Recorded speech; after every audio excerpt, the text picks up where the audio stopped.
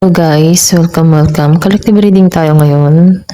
Tingnan natin kung ano yung energy ng person mo. Be open-minded po, hindi po halos lahat makaresonate, kaya piliin nyo na lamang. And thank you nga po pala sa mga nag-subscribe, lalo na sa mga bumabalik. Marami pong salamat. Give me the message for collective.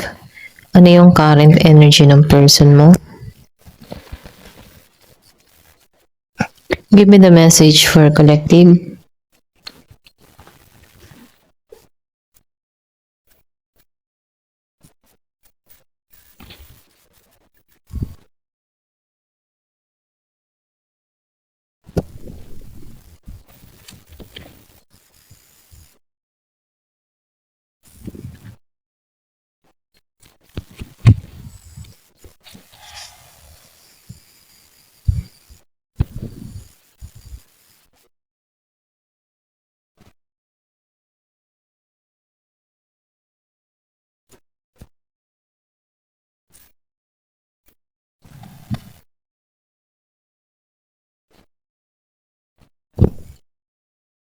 Okay. So, nakikita ko dito Virgo, Capricorn, Taurus. Meron Gemini, Aquarius, and Libra. Scorpio, Cancer, and Pisces. Nakikita ko dito, no? Itong tao mo dito sa Five of Pentacles reverse and Two of Swords reverse.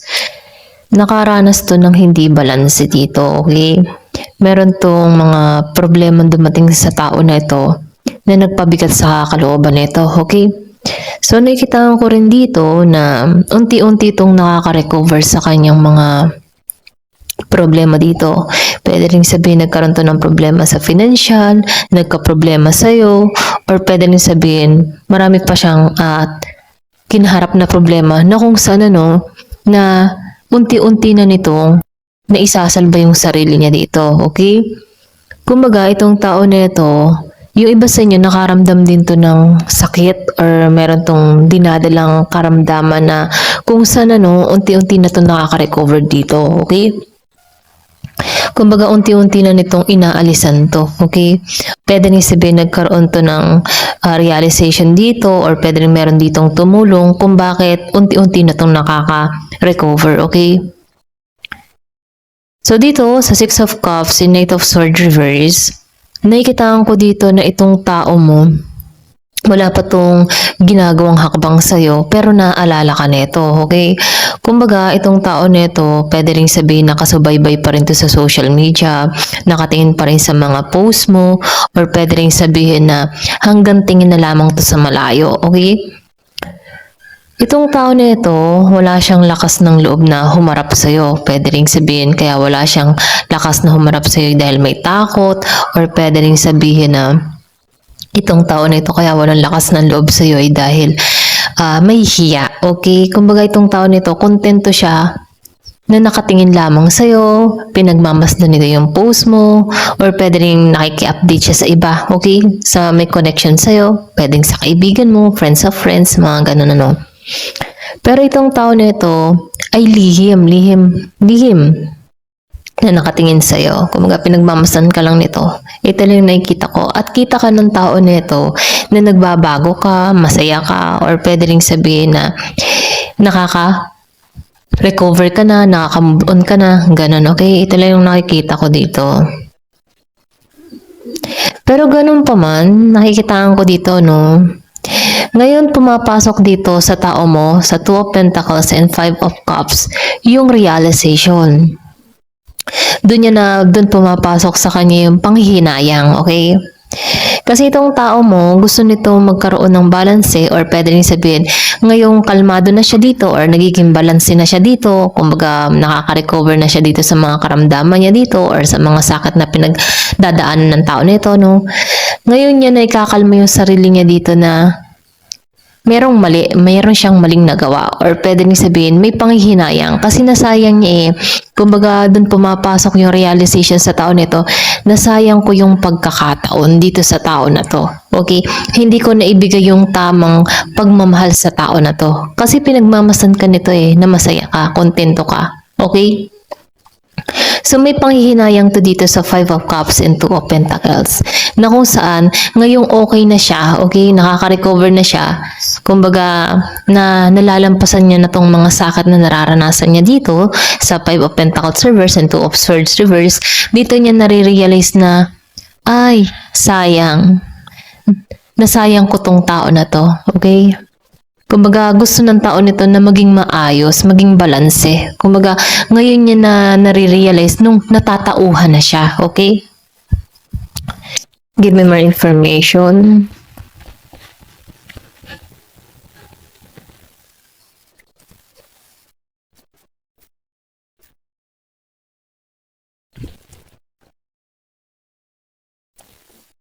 Meron ditong Gemini, Aquarius, and Libra.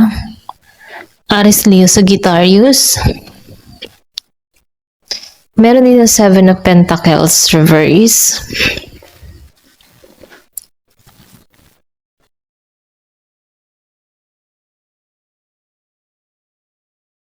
So, nakikitaan ko dito, no, malakas ang Taurus. Malakas ang Aries. Malakas ang Virgo. Malakas ang Libra. Give me more information. Nakikitaan ko dito, no, namamagitan sa inyo, dalaw ng tao nito. Yung iba malayo kayo sa bawat isa. Kumbaga, long distance ang nakikita ko dito. Yung ba nasa ibang bansa or pwede rin ikaw nasa ibang bansa ka dito, no? So, the world reverse. Yung iba sa inyo, nakikitaan ko ditong may pag-uwi. Ayan, may pag-uwi ng Pilipinas or pwede rin pag-alis, ano. So, meron ditong movement, action, okay? So, nakikitaan ko dito, no, Two of Wands and Ace of Sword. Yung iba sa inyo, nakikitaan ko dito, meron ka ditong tao na nag-iintay pa rin sa'yo hanggang ngayon. Umaasa, humihiling sa buwan. Kumbaga, meron ka ditong tao nasa bahay or nasa ibang bansa, no? Or pwede rin ikaw to, okay? Nasa bahay ka. Nag-iintay itong tao nito makauwi, makatungo sa bahay mo. Mga ganun, ano?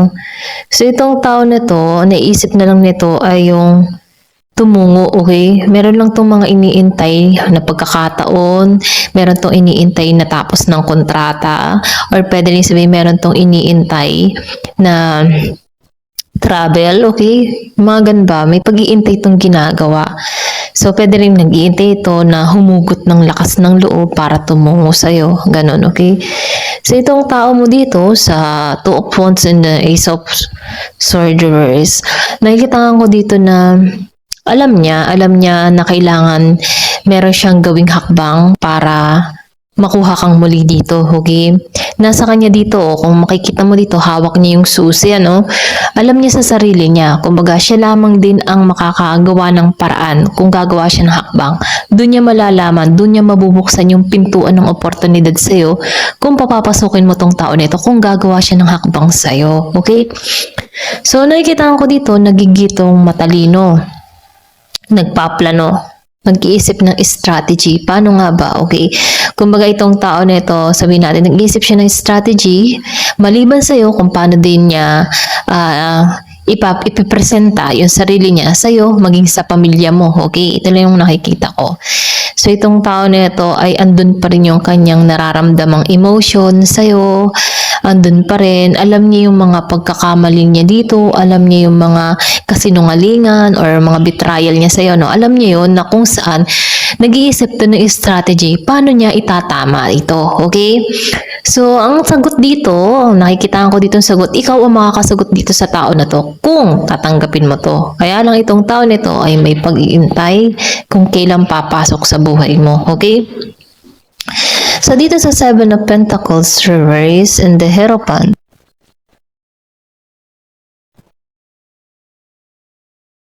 dito sa the Seven of Pentacles reverse and the Hierophant, alam mong ikaw yung nagbigay ng ng aral sa tao na to, okay?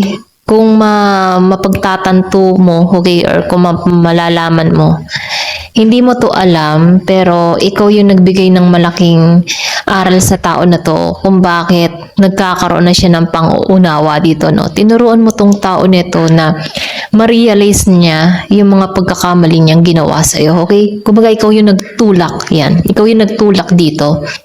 Kasi dito sa Seven of Pentacles reverse, itong tao mo, hindi nagbunga eh. Kumbaga, nasayang dito sa Five of Cups, ano. Kung pinag-igi niya dito, yung connection, malago na sana kayo ngayon. Okay, ito lang yung nakikita ko, no?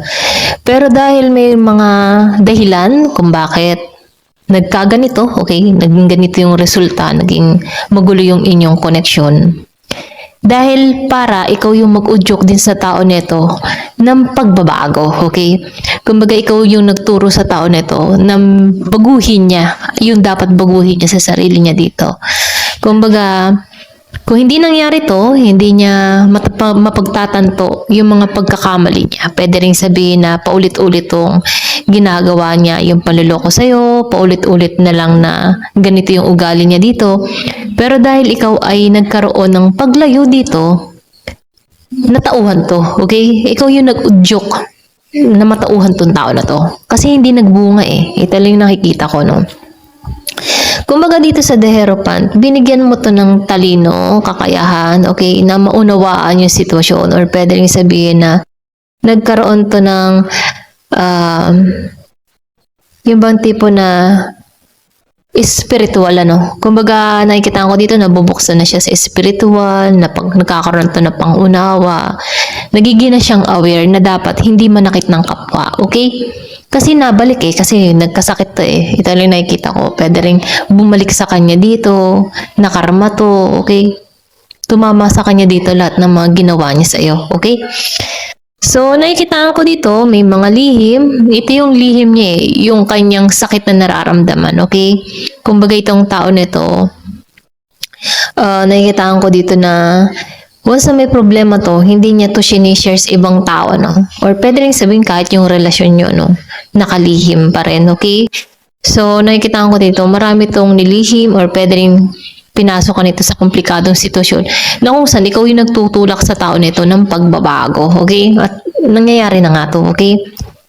So, dito sa Ace of Cups, the World Reverse, alam mo yung feeling na malungkot to, hindi nagiging siyang matagumpay sa ginawa niya dito. Kung inalisan ka nito, or nag-ibang bansa tong tao na to, or bigla na lang tong nilayuan ka, hindi siya naging matagumpay, okay? Hindi siya naging masaya, okay?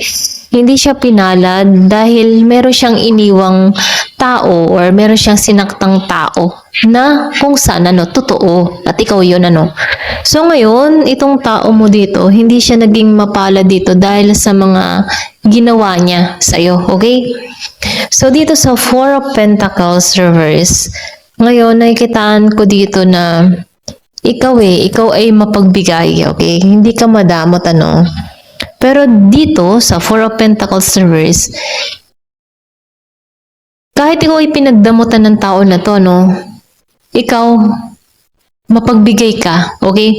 Sa pagiging mapagbigay mo, mas binibless ka dito. Ito lang na-feel ko sa'yo, no? Mas bless ka.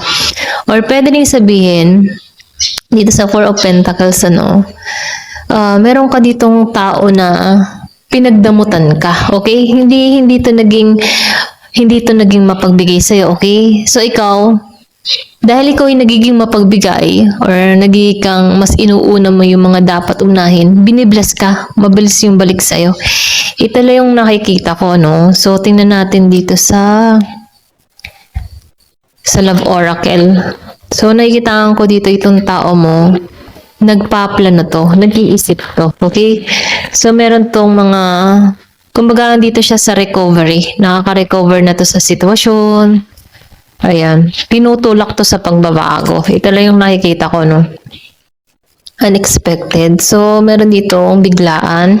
Pwedeng biglaang tumungo sa'yo kasi nag-iintay ito nagpaplano to eh. So, agony, nasasaktan to, okay? May pain. Pwedeng hanggang ngayon nasasaktan ka pa rin sa tao na to once na naaalala mo to, no? biglaan to, ito lang nakikita ko. Give me more information. So, ikaw, no, independent ka, okay? So, nakikita ko dito na nakakommit ka sa sarili mo, nagsi-self-love ka, nagsi-self-care ka, dun ka nakatuon, ano? So, meron ditong romance feeling. Yung sinabi ko kanina, kita ka ng tao nito, no? Kita ka nito, pinagmamasan ka nito. Pwedeng nakikita ka nito, nagiging maganda at maayos yung buhay mo. So, meron pa rin tong romantic na nararamdaman sa'yo, okay? Andun pa rin yung fashion, andun pa rin yung masidhing nararamdaman ng tao na ito. Kaya lang meron ditong shape shifter, mimicking. So, meron siyang ugali or pwedeng sabihin, meron pa rin tong temptation, ano? Or pwede rin sabihin, lapitin to sa tukso. Yung iba sa inyo, no? Give me more information. So, meron ditong finance future. So, nakikita ko din dito, no? Ngayon to nagbabago, no? Ngayon to nakakaisip na kailangan ng makaipon or kailangan na tong yung meron ka ditong tao, yung bang tipo na nag-iisip to for future, okay? Mag-impok. Ito lang nakikita ko, mag-ipon, ganyan. Ayan, ito lang nakikita ko, no? So, meron ditong unexpected na parating. Hindi mo to inaasahan. Bigla tong susulpot. Kaya lang meron pa rin tong tukso, okay? Meron pa rin tong tempe. Pwedeng sabihin, binababalaan ka dito na mag-ingat ka sa tukso, okay? Ito lang nakikita ko, no? Ayan, thank you for watching. Love and peace.